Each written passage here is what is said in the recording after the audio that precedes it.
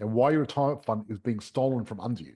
The fact of it is a lot of people are part of funds where management and fees are eating away and they're not getting the growth, but also stock market and funds can be risky, can't they?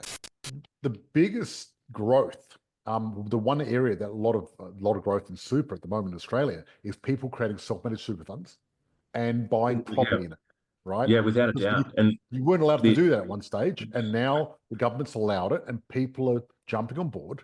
Yeah, well, look, properties double every 7 or 10 years, and the beauty of the property in super is once you retire, you can sell that property and you pay zero That's tax. free. It's unaccounted growth, I guess. That you're able to, if you get the income as well, it's also tax free. So that's the I guess the golden egg at the end with self-made, like with the super side, is the tax free status. Now, funny enough, Dave was talking about the equity, how you can't use your equity, and if we could change that fact. So what I was going to say is there's a secret that people use to actually be able to use your equity from your property and super. And even if you joined that program, did those three, and then quit and did nothing else, you're still set to be better than 99% of Australians when you retire. So you're already 1 year of your life in our program, puts you in the top 1% of Australians. If you think the pension now is bad, 10, 20 years time, it's going to be even worse, a lower standard of living. It doesn't go up, it goes down, unfortunately, because we don't have enough workers to cover it. So you've got to take responsibility. Okay, guys, me and my team are about to go live, so make sure you grab your beverage of choice, sit down, and you're in for an amazing show.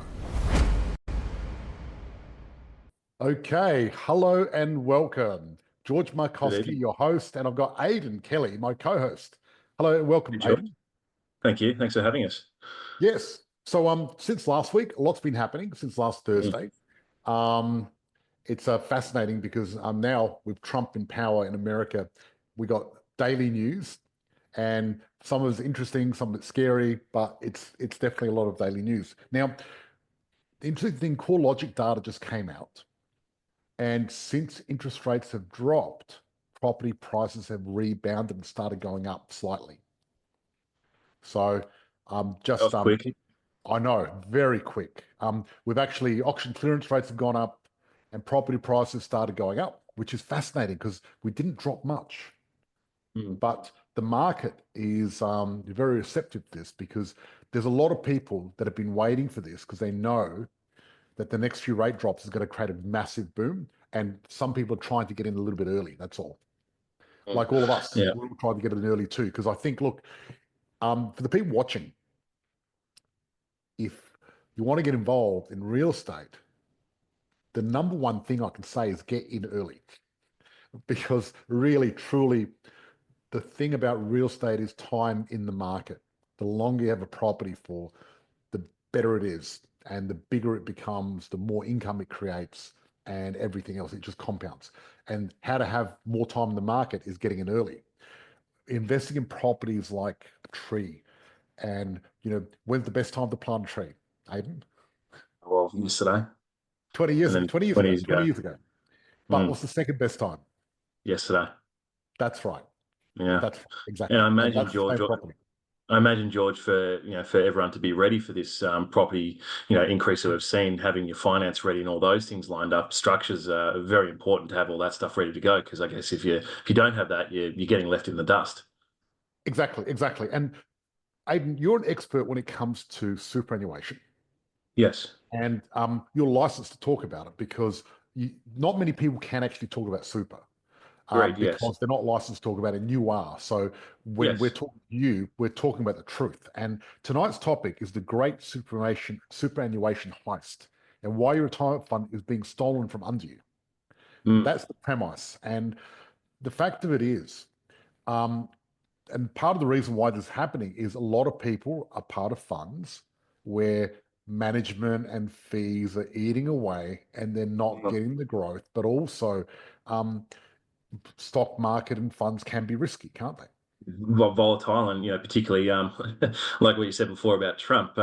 Just have a look at the share market over the last 2 weeks, and it's like a yo-yo going up and down, and it's horses for courses. But you really want to understand that, and I mean another sort of area that George, you look how many big super funds have merged in the last 12 months, last 24 months. Like Mercer, for an example, Care Super. I mean, we're working for some members now that just to try and get their current data from the fund is almost impossible. Let alone, how do we think they're running their investments, and what kind of research they're doing. If they can't do the basic fundamentals of administration, what else is slipping? Yes, and I think people need to take control and take responsibility of their future financial freedom, because the government's not going to do it for you, and the big super funds aren't going to do it for you either. And look, No. look what happened. Look what happened in Europe, though. There was a massive fund, and they bought billions of dollars of Nvidia just before DeepSeek got released, and then suddenly it crashed. They dropped $1 trillion, Yeah. and they got into a lot of trouble, because that's the thing. Yeah. They're like, Nvidia, let's get in, but they got in at the wrong time. Yeah, and look, some of Australia's largest super funds, for example, Australian Super, that they were a fund that had some exposure in those areas, which you wouldn't, without looking under the hood properly, you wouldn't probably fully comprehend the level of risk they're type of taking with those type of investments. And I guess another recent example was Australian Retirement Trust, and their ethical investment option. Let's just say investing in some things that aren't exactly ethical. Right. The ethical investment wasn't quite ethical, right? No, Yes. Yes. we're talking sort of weapons manufacturing and things like that. That is Yes. quite That's not clearly very not ethical at ethical. all. No, no, Yeah, exactly, exactly.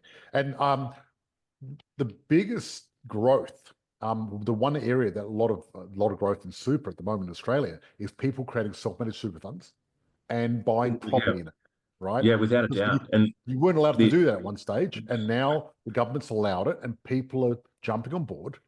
And yeah, it is increasing, and the ATO does the ATO actually keeps all this data. It is a bit delayed in a couple of years, typical ATO fashion. But what it's showing is that a lot of the new trustees coming in for self-managed super funds are now between that 30 to 40 age bracket, which is very interesting, because George, you go back 15, 20, 10, even 10 years ago, the self-managed super fund space was largely your retirees, and that would want to be investing in super and in shares and things like that. It was, but that's certainly the shift has changed, and the data shows that a lot of the new trustees are in the 30 to 40 age bracket, and in the actual underlying investments, it's property. And yeah, still some of those funds have the mix of shares and things, with leftover money. But what the data shows us is a lot of people are taking that control, going, we like property, we feel comfortable with it. We might have, with rates gone up where they are, we might have lost the ability to do property personally. Okay, what about super? And that's what the ATO data is showing us, without a doubt. yeah, yeah, exactly. And I think it's wonderful that the government allowed us to take control of our super and actually direct it more, because when it first came out, your company was put money away, you didn't even know where it was going or what it was doing. And we've got a lot more Mm. control now. And I think having control is good, but obviously you need the right person, someone like yourself, to help guide you and help you that. Well, without a doubt, and look, I always say, fantastic structures, but executed, incorrectly, and it's a disaster. So part of our process to do the analysis, to do the strategy, work it out before you set these structures up, to make sure that it's going to take care of itself. And what are your requirements? What is the cash flow going to look like? And certainly, obviously, cash flow calculators, George, that positive property to help push all that together. Mhm. But yes, getting it all done properly, and certainly, as you said at the start, self-managed super funds are, a financial product, and to be able to deal with them, you need to have a license to do that these days, to make sure that you've been signed off to understand the benefits and the disadvantages. So Yes, very yes. important. Yeah. And the thing is, I've been investing in property and helping people for 20 years now. And I've been very frustrated with lots of people that are financial planners that set up super funds for people and get it wrong, Mm. and just don't know a bear's trust from an arse's trust. And you know what I mean? Literally. And that's one of those things. And it's frustrating because the way you do it, you make it really simple. And that's part of the whole thing. What we look for is circular safety. I'm always looking for the best people that can do a job exactly right, Yeah, because this is people's futures that we've got. Now, agreed. yeah. Yeah, and George, probably one other, difference is I also do this myself too, not just professionally, but also personally. So I'm following, which is, I'd probably say is uncommon in the industry because, it's typical shares and things like that. But, yes, I do that as well. But I'm following the same strategy in terms of self-managed super funds, taking debt out in super as well. So it's not just, to be able to talk about it and advise about it, one thing, but also to have the practical experience as well is, real life experience. I think we can all agree is really important too. Yeah, absolutely. Now, I've noticed we've got Dave Huggins here, one of our members. Hi, Dave. And what I'd love to do Hi, is George. Hi, Dave. Good to see you. Yeah, good, mate. Hey, Aiden, how you doing? Dave? Where are you located, David? I'm in Melbourne. You're in Melbourne. Okay, Yeah. great. Well, I'm looking behind you. I'm thinking you're not in Queensland or the cyclones. You're not No, going to drop out. no, not at all. Quick cheerio to all our Queensland people. Hope they're doing okay up there. Yeah, Yeah, absolutely. So agreed. people are already asking questions, but what I'd love to do is I'd love to go through a case study and talk about Dave and your journey along your self-managed super, just so people get a bit of a feel behind the scenes exactly what it looks like, because I think that's important. And what I'm going to do once we finish, everyone hang on and listen in, because I'm going to tell you a secret way of actually getting more money and more property in your super. Because with super, once a property goes up in value, you can't actually use the equity. And I've got a great way you can do that. So, Aiden, did you want Look, Dave? Dave, maybe take us back 12 months ago, or just over 12 and a bit months ago when we started working together. Where were you, and what were you? I very clearly remember the first time we chatted. But take me back to where you were 12 months ago. Okay, I'll go back to the beginning because some people probably be able to relate to this. So I actually started setting up my self-managed super fund in 2023. It took 9 months to set it up, which was quite a long time, but I can honestly say that it was worth every bit waiting for it because it's been a game changer. And the reason I say that is because we're talking about industry funds before. And even though I don't know the ins and outs of super like Aiden does, what I do know is I was able to log in to see my balance on my industry funds and it was going nowhere. So I knew something had to be done. George touched on the government, and no doubt they want to do this so that they don't have to pay out pensions, et cetera, et cetera. That's why we've got to cash in on it. And like I said, it took a while to set up, but it's been a game changer.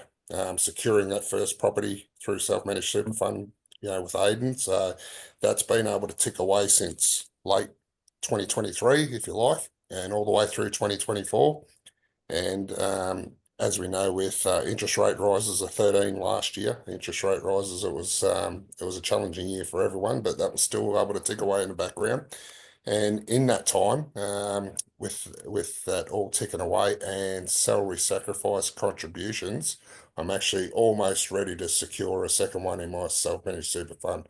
We're negotiating the contracts as we speak. So, like I say, in the space of, you might as well say 18 months, to almost have two secured away to just set and forget for your long-term future it's a real relief, like I said before, looking at the balances before in the old industry funds, it was going nowhere. And it was pretty hard to see any benefit for the future in that. But at least now it's tucked away and for people out there that haven't got a self-managed super fund, do it. Just do it. I mean, we're still going to keep going ahead with the process of purchasing properties outside of super. There's no doubt we're all doing that. But if you can get the super going as well, my God, what a game changer. Yeah, and I think that was where we, running through the numbers of the scenarios of, what the benefits would be for you to make those extra contributions into super. The taxman's providing you extra money back for that personally, and then the caveat being that with those extra contributions, we've built that fund up that allows us to talk to the banks again in super to say we've got more contributions coming through, we've got more liquidity now, that allows us to secure another asset. So that I guess that's a process, George. Everyone that we work through is we're here to help with strategy. So we look at contributions, what the effects are, cash flow, and model all that out so that we make sure that before you start talking to the bank, before you start talking to, about these, about contracts, we work it out before we get there. And design a strategy to suit everyone as well. It's an individual strategy. Everyone has a different strategy. Yeah, absolutely. And look, one thing about Aiden, you also a qualified mortgage broker as well. So yes, you understand that side, which couples very nicely together, right? It's beautiful. it does. Now, yeah. Now, what I wanted to find out, Dave, is your property in Super. Where did you buy that property? Okay, so the first one's Caboolture. Caboolture. So, Yep. yeah, Caboolture, that's Cassowary Court.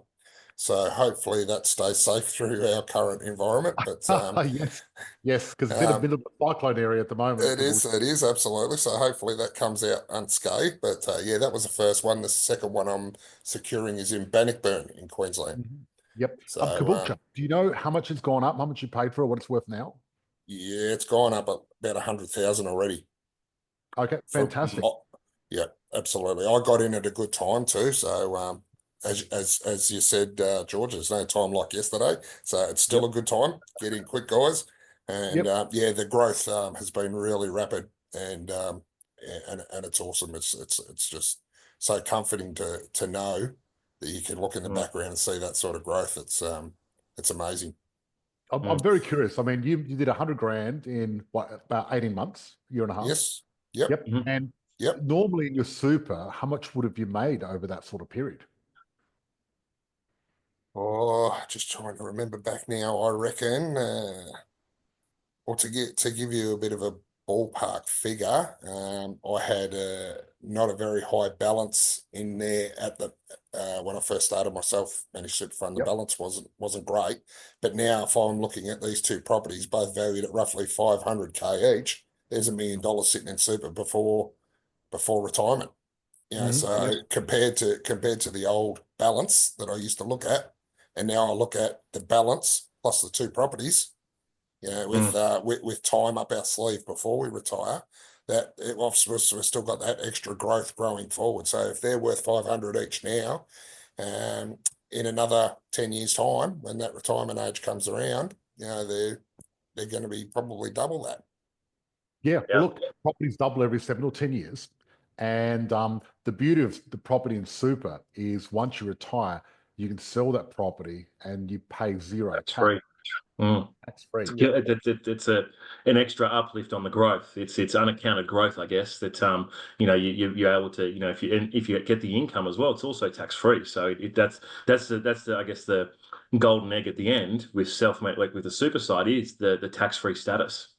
Yeah. Look, absolutely. I mean, yeah, it's great because then you can go, okay, do I choose to have all this income tax free? Or do I want to get a massive bunch of cash tax-free, get rid of all my debt and be totally debt-free in my retirement? Because that's the sort of options you can have, because the super properties can get rid of your debt on your normal properties. Yes. Then it's free. Yeah, the sacrificial lamb strategy, why if we have to sacrifice an asset to clear some debt off on another, why wouldn't we sacrifice one that, potentially is tax-free? Yeah, and absolutely. And I guess when you get to that stage, you look at the overall picture and work out what's going to work best for you. You know what I mean? Yeah. Because sometimes it's good having a bit of debt. There was another interesting thing I learned from Aiden through this journey, which would be good to let the viewers know, is I've got a older property outside of super, and what I didn't know until I spoke to Aiden, that when you turn 55, if you sell a property, you can actually use downsized payments towards your super on top of your salary sacrifice.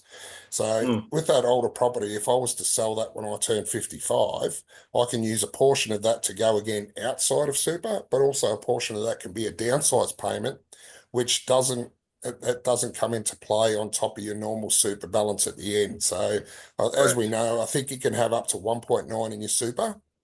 That downsizing payment is on top of that. That's not included in the 1.9. So these are little strategies that I didn't know until I spoke to Aiden, and that's why it makes it all worthwhile to really get into that self-managed super fund. If you don't have it, that's why it's a game changer. There's so many little secrets about it that we don't know that Aiden can fill us in on, and in the long term, it's a no-brainer. It's a winner. Yeah. So it's 1.9 million in pension phase. So you can move 1.9 million into this pension pot. Now, if that pension pot grows, it's fine. It's still counted for. You can only move 1.9 million into this tax-free pot. So I guess the goal is, like David said, you got asset sales personally, and you're looking for a way to increase your contributions or increase your super balance to generate that tax-free income later on in life. That can be a valid strategy. Yeah. Yeah, and I'd imagine in 10 years it's going to be different anyway. It's not going to be the same. Of course. I mean, they're constantly changing. Sometimes they make it higher, lower. They keep changing their mind. It's one. I mean, George, it keeps me in business every year with the laws changing, because it's a different strategy every year.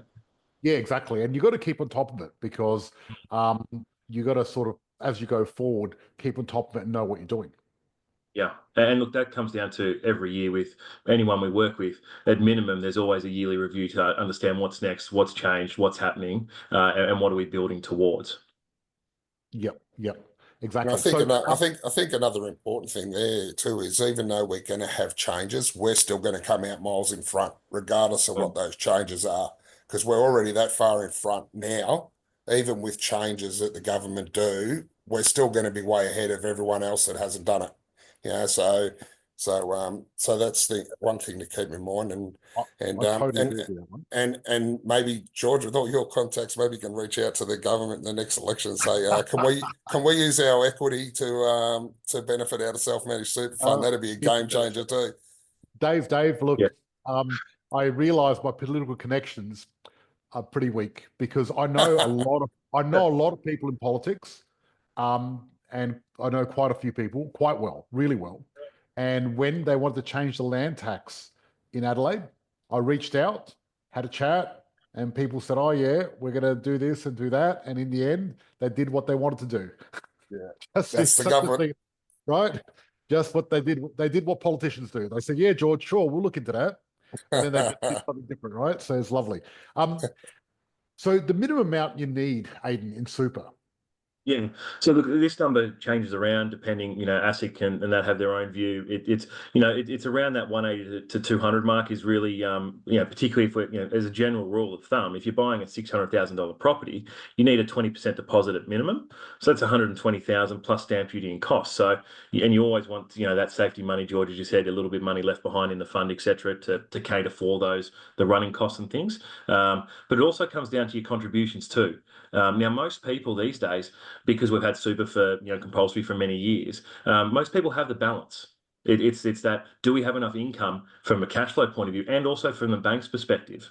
So I'm finding these days it's actually more the income side, not so much the balance is obviously important and critical, but it's normally the contribution piece for most people. Exactly. And the fact of it is, if they sit down with you and work out a plan, you can usually fine-tune a few bits and pieces to make it work, because you might not on paper look good now, but what we can do is we can spruce you up and make you look good on paper and change a few things. You put a few more contributions in. There's salary sacrifices, lots of different ways you can skin a cat.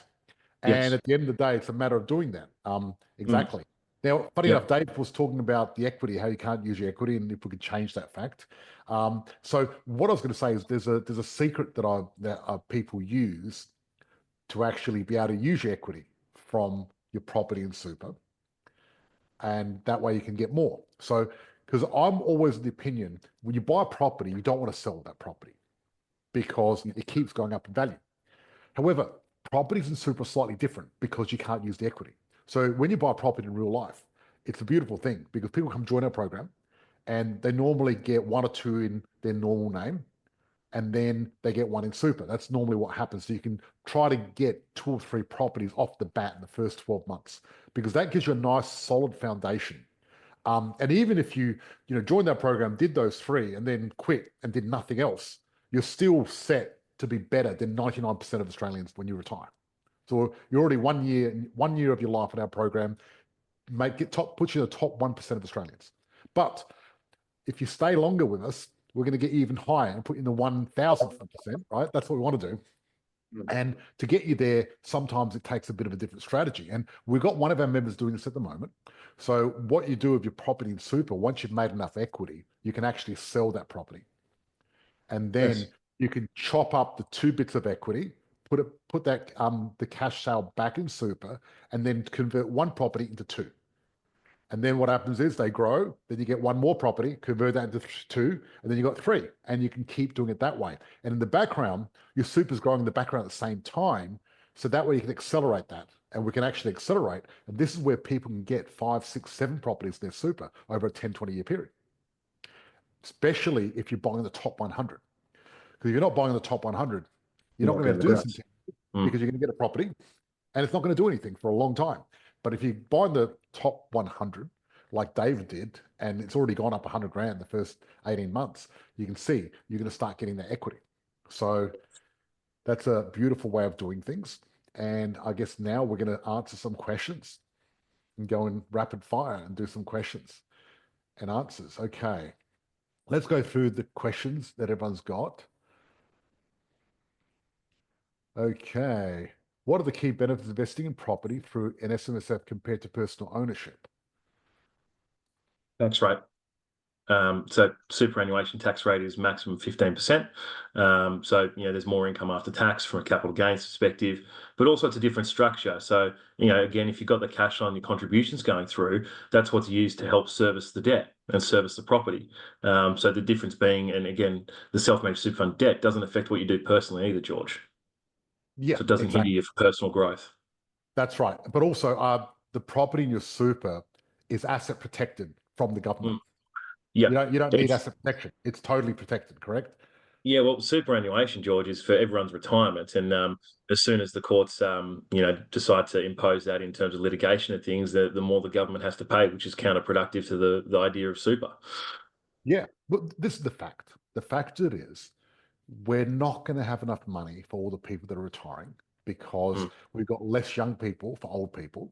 Our population is aging, and if you don't take control over your future, if you think the pension now is bad, 10, 20 years time, it's going to be even worse, a lower standard of living. It doesn't go up, it goes down, unfortunately, because we don't have enough workers to cover it. So you've got to take responsibility because you can literally change, excuse me for a sec, you've literally got to take charge of that. Now, there's the next question was saying, what types of properties can be purchased within an SMSF and are there any restrictions? Absolutely. So it has to be a single acquirable asset, meaning that if we're taking borrowing out, it has to be one asset. It can't be two titles. You can't have, an asset or, where a lot of people, George, and this is not, where we saw, many, many years ago, where people were buying these off the plan apartments and coming to us going like, we've got issues with titles and car park on a different title. So it has to be a single acquirable asset. And generally for most of the banks, it has to be, residential in nature. Now, obviously, you have to rent it out at market rate. It has to be rented out to an unrelated party. So it's a pure investment property, which again, you wouldn't be part of this journey if that's what you weren't doing. So, You can't buy a property and live in it under your super, and you can't rent it out to your kids, correct? Correct. Yeah. That's right. That's right. But also, it has to be a single part contract. So what that means is you can't actually buy a house and land and put that in super because it's two parts to the contract. Because you've got a land contract and a property contract. What you need is completed property.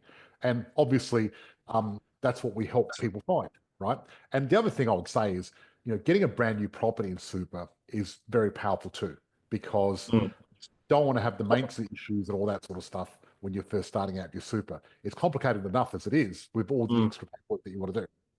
Yeah, it comes with the warranties and the peace of mind to know that, particularly from a capital perspective, we're always going to, any of our strategies is always going to have sufficient capital left behind for those moments that, come unexpectedly every now and again. But certainly, that is, I guess, the benefit of the super fund is with what we do is we make sure that in the very worst case, now it might be part of your strategy to put more money in like Dave to increase to go for another property, but we really want to make sure it takes care of itself at the very worst by itself.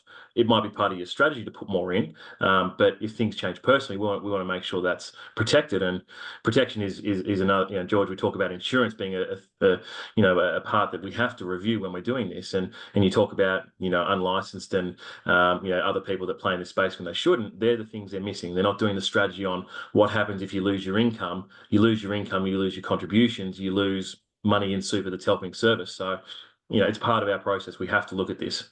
Very important. Yeah, look, Aiden, you're very thorough, and I guess that's why we've got you as part of the circle of safety, because I want to make sure that we look after our members and do everything right. You know, we're the sort of company that wants to get everything right, because when you're playing with your financial future, you can't afford to get it wrong, right? No. You've really got to cross every T, dot every I, and do it properly. Andrew just asked the question, what would you consider enough equity? So he's probably thinking about if your property went up in super and you sold it. Well, the way I see it is, my philosophy is I don't want to sell any properties unless I'm doubling them.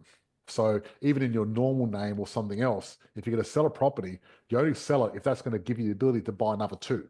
And you want to make sure, go through finance and everything, and go through everything else, and do your thorough research to make sure you can do it. Because sometimes what happens is people get caught up in their borrowing capacity, even in their real life. They've got a certain amount of properties, and sometimes you can offload one and get two instead. Well, that's worth it, because if you've got one that's getting very low return and it's going to hurt your borrowing capacity, that's what you do. So the only time you want to sell a property, if you can get two. There's no point selling one property and getting another one, because then you've swapped one for another and did all this work for nothing. Okay, we have just commenced with Aiden, and it commenced this process. We aren't looking back. Nice work, Adam. Fantastic. Excellent. Yes. There you go. So that's in a nutshell. And what we're going to do now, we're going to go into our private group. We're going to switch off the live stream. So thank you everyone else for watching. I appreciate it. See you guys next Thursday. We're going to go in our private group.